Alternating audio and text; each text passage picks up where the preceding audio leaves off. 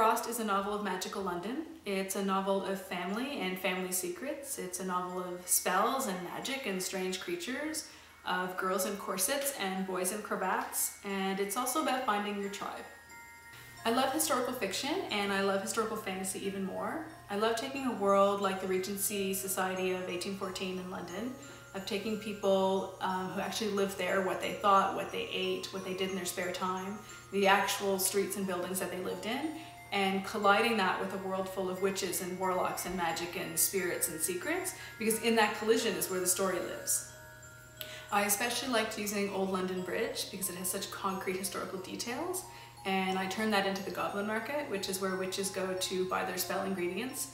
It's where Pegasi pull carts and goblins go to drink black ale.